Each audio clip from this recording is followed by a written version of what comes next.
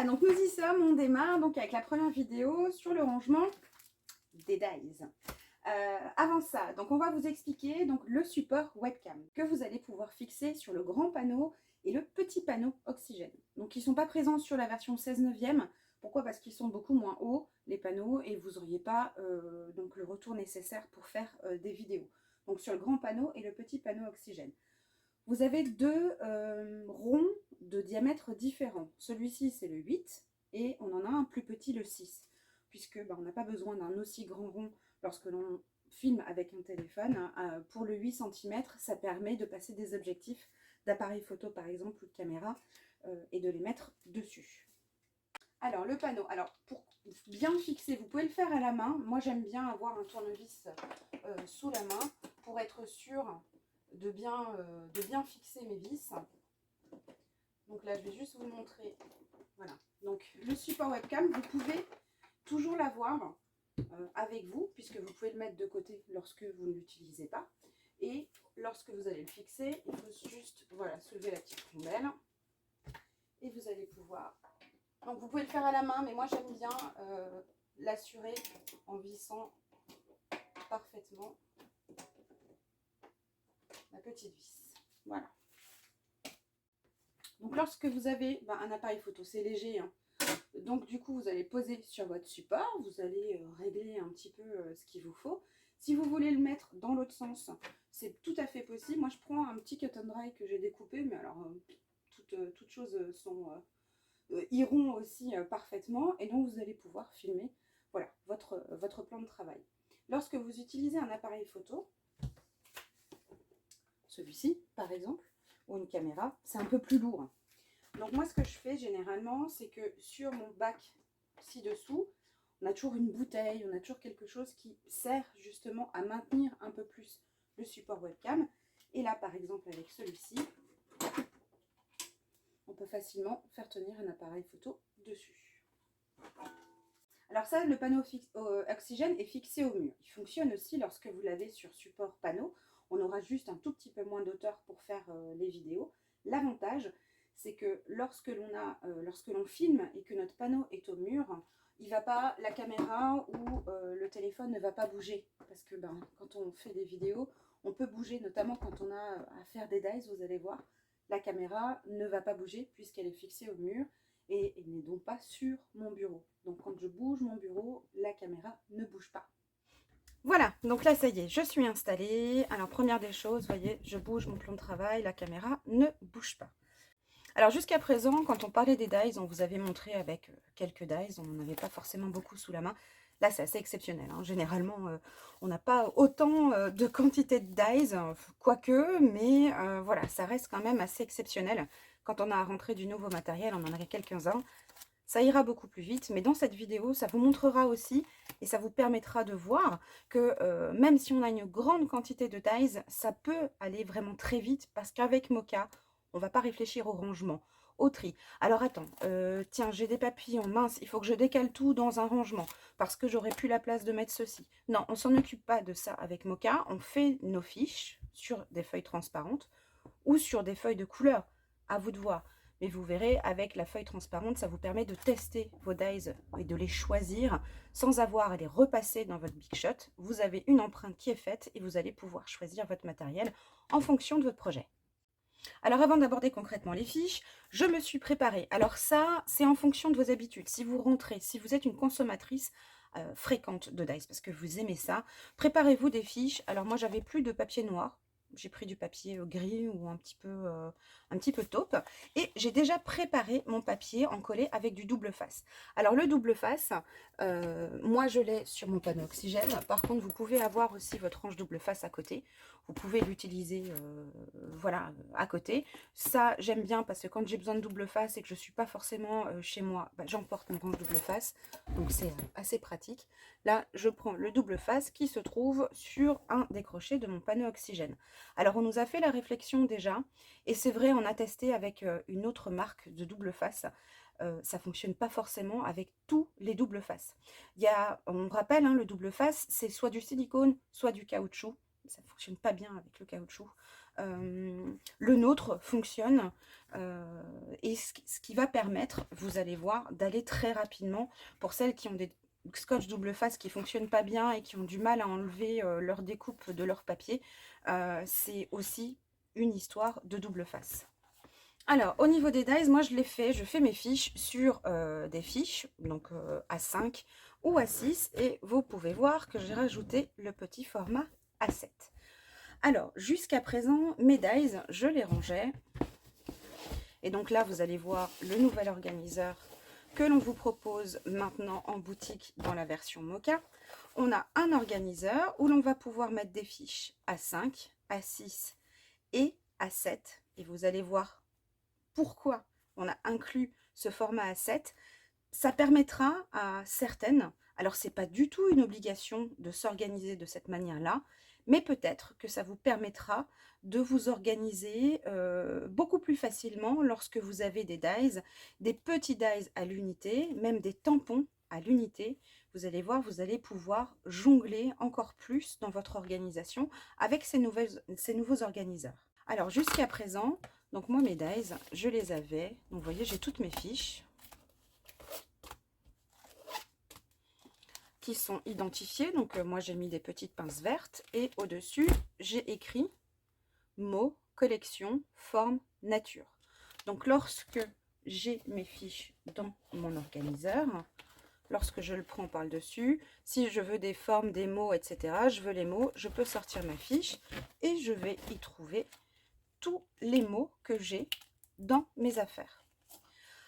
Alors, mettre ça par là pour que vous puissiez bien voir.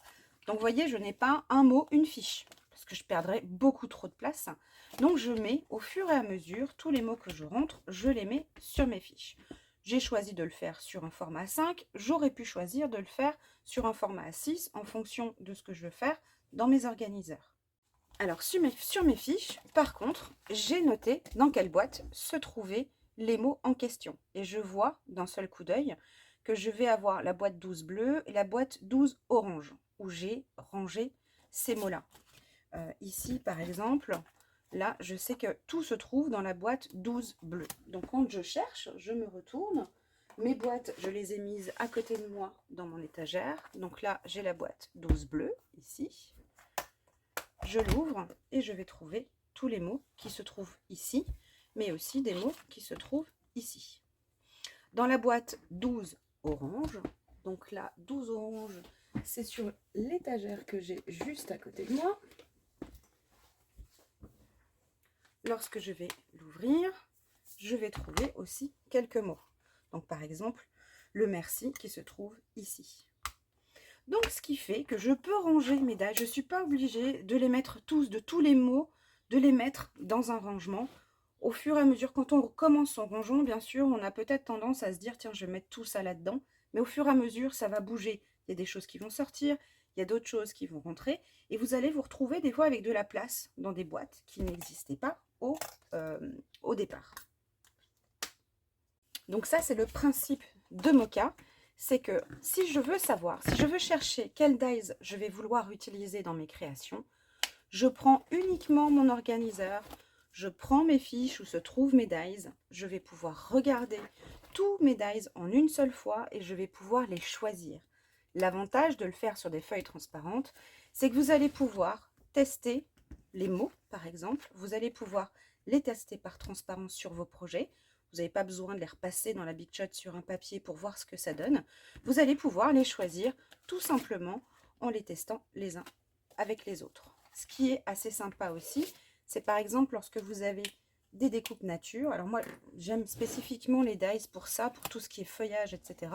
Parce que c'est déjà assez compliqué à détourer au ciseau. Vous allez pouvoir tester aussi des superpositions, par exemple. Si vous voulez mettre un mot au-dessus d'un arrière-plan avec des feuillages, bah, vous allez pouvoir les mettre les uns au-dessus des autres et voir ce que ça donne, tout simplement.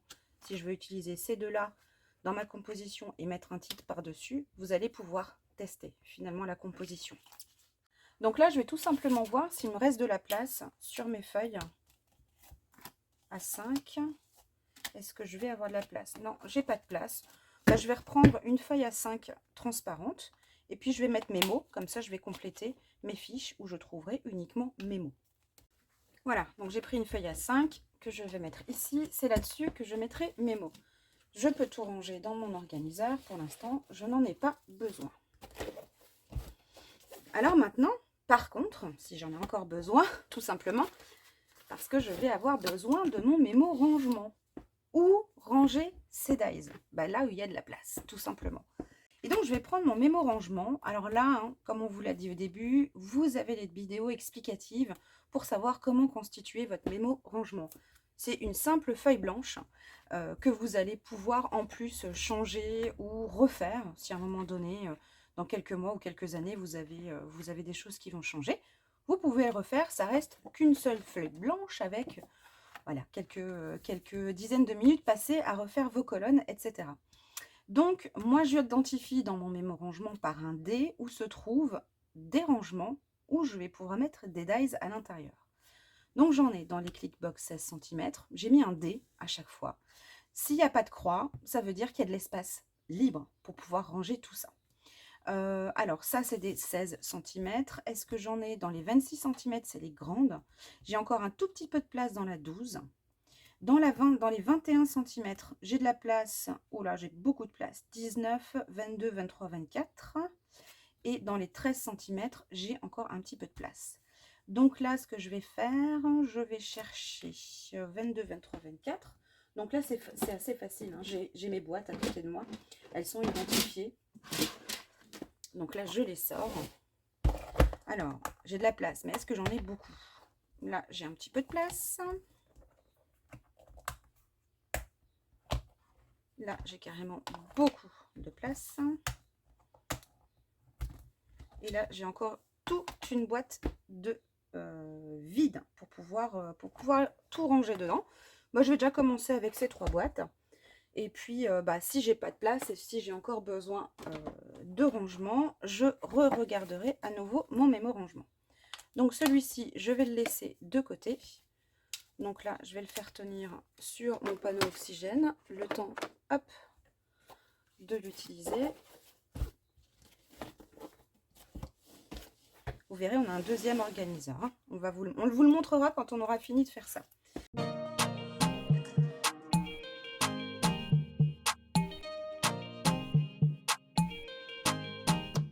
Donc là, c'est des nouveaux dies que j'ai pas encore testés. Je ne sais pas du tout ce que ça donne dans les projets. Donc là, ça me permet de faire ma fiche, donc mon rangement, et ça me permet de les tester en même temps. Donc c'est ce que j'aime beaucoup faire.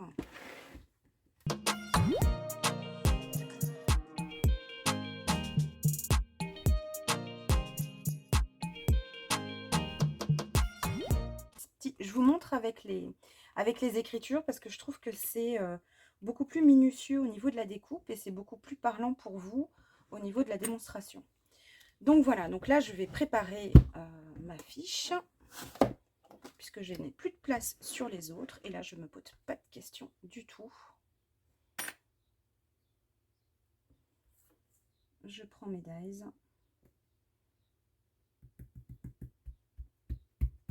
Alors par contre, je vais juste mettre une feuille comme ça dessous, comme ça vous allez pouvoir voir hop, ce que ça donne.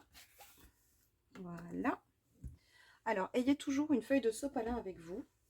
Comme c'est déjà autocollant, vous allez pouvoir, vous voyez ici, vous arrivez à enlever très facilement les petites choses restantes de vos dies. Et donc là, au niveau du rangement, donc on va prendre celle qui est déjà...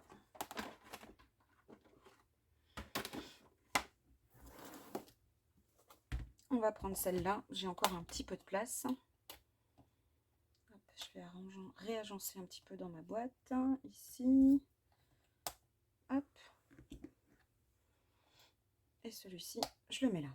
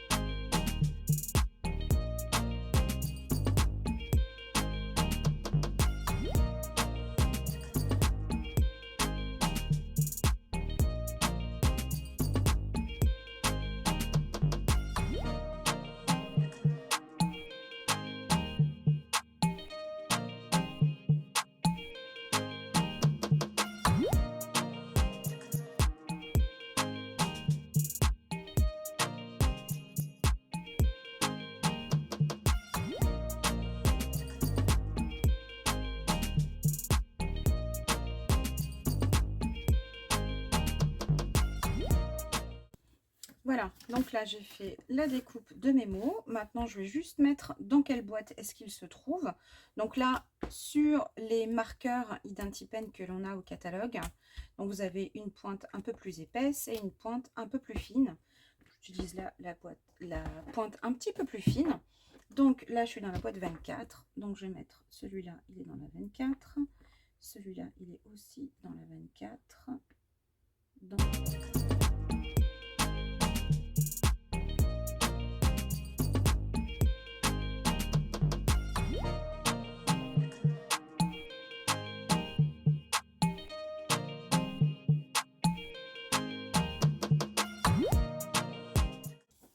J'ai encore de la place, un petit peu de place. Là, j'ai de la place. Là, j'en ai un petit peu moins. Donc, si j'ai un petit branchage qui peut aller, donc je la laisse de côté au cas où. Par contre, je peux essayer d'organiser un peu mes boîtes différemment. Je vais gagner encore un petit peu de place. Donc là, pour rappel, hein, donc les feuilles magnétiques ne vont pas jusqu'au bord. Pourquoi? Parce que ça permet souvent des dies un peu difficiles de les mettre sur le côté et de les prendre beaucoup plus facilement, surtout quand on n'a pas d'ongles. Là, c'est le cas pour moi. C'est pas toujours le cas. Donc, ça me permet de les attraper, lorsque j'ai pas d'ongles, assez facilement. Voilà. Donc là, j'ai récupéré un tout petit peu de place. Là aussi. Donc là, je peux les organiser n'importe comment dans ma boîte, hein, puisque ils sont référencés sur mes fiches. J'ai pas l'obligation de les laisser vraiment tous dans un endroit dans mon rangement. Je m'en fiche un peu finalement.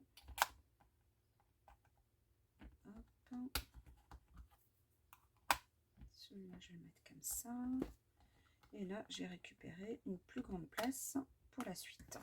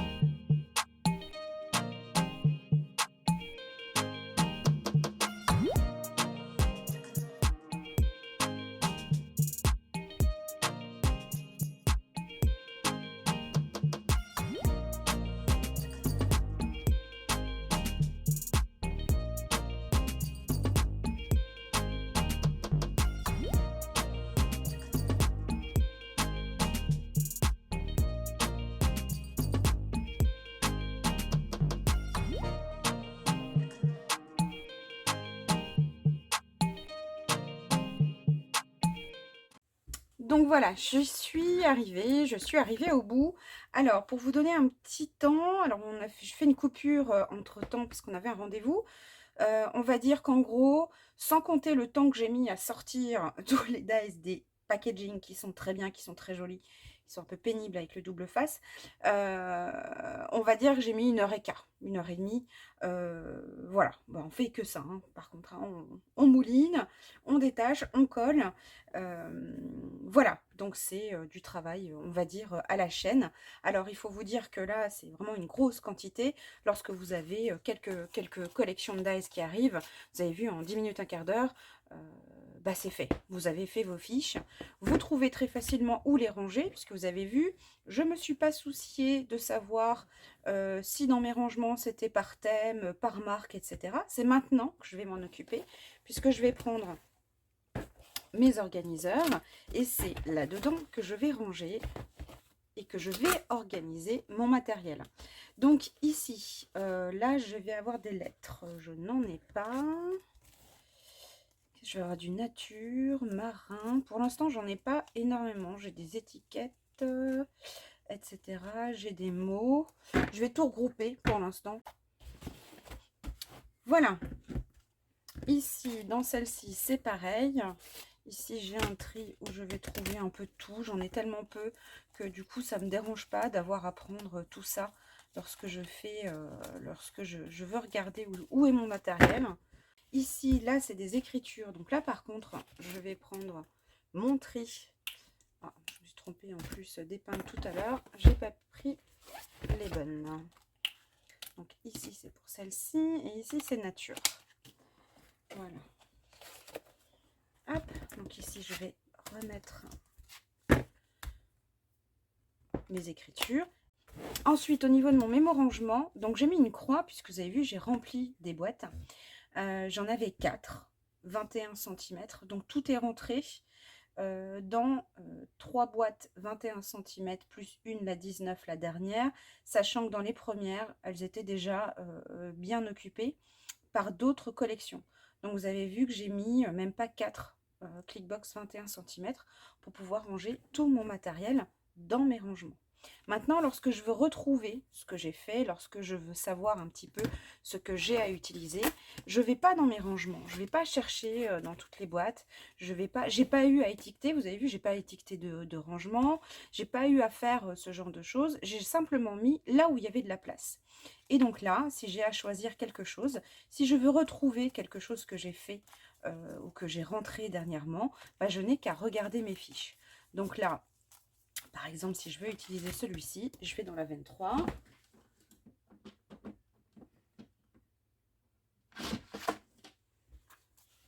Et dans la boîte 23, je vais retrouver le matériel qu'il me faut. Donc, je vais ranger mon mémo-rangement. Alors, je le laisse dans celui-ci, si je veux, ou je le laisse dans mon organiseur A5. Donc là, j'ai mis l'équivalent de mon organiseur A5 dans celui-ci pour vous montrer ce que ça donne. Donc vous avez vu par rapport à ce que j'ai fait jusqu'à présent et la quantité de dies que j'ai eu à ranger dans mes affaires, ça prend pas énormément de temps. Donc celles qui ont énormément de collections de dies, donc vous voyez que vous avez vraiment de la place pour pouvoir ranger tous vos dies. Vous pouvez alterner avec des dies sur du format A7, sur des fiches A7, sur des fiches A6 et sur des fiches A5. Donc pour remplir tout un organiseur avec des dies, il faut vraiment y aller. On va donc pouvoir compléter avec des fiches tampons, avec des fiches pochoirs, etc. Donc là, j'ai encore de la place, mais vous allez voir qu'on va pouvoir ranger d'autres choses aussi dans ce format A7. On vous le montrera dans les prochaines vidéos sur le salon. Le deuxième organiseur, puisqu'on a pensé aussi à celles qui ont peut-être plus des tampons qui iraient sur un format A7, on a fait le même organiseur A5 avec uniquement des poches A7. Donc voilà, donc ça c'est l'organiseur avec les pochettes A5, A6, A7. Et donc là, recto verso. Et donc là, recto verso, 4 emplacements A7. Et donc après les dies, on va s'occuper des tampons clear et des tampons cling. Et puis on vous expliquera du coup comment faire le lien avec les dies aussi, collection combi, tampon plus dies. On n'est pas obligé de tout mettre au même endroit, on peut s'organiser différemment. Allez, à bientôt, ciao ciao.